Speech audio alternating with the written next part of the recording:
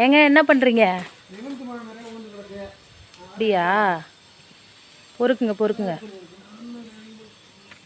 எலுமிச்சை மழை நிறையா விழுந்து கிடக்காட்டுக்கு. பொறுக்கி வைங்க. எங்கள் வீட்டு எலுமிச்சை மரம் இதான். எவ்வளோ பழம் விழுந்து கிடக்கு பாருங்க. இது கருவேப்பிலை செடி.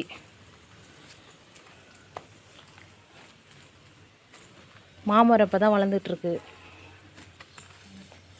இது என்ன மரங்க? சப்போட்டாவா?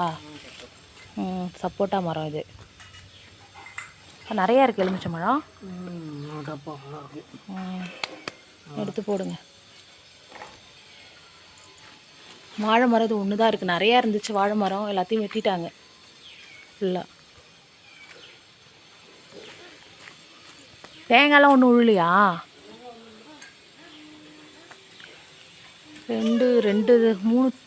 மூணு தென்னை மரம் இருக்குது.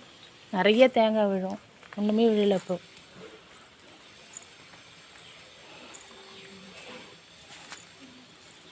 சுற்றி போ. நிறைய கீரை செடிகள். அம்மா இந்த எலுமிச்சை மரத்தை என்ன பண்ணலாம்?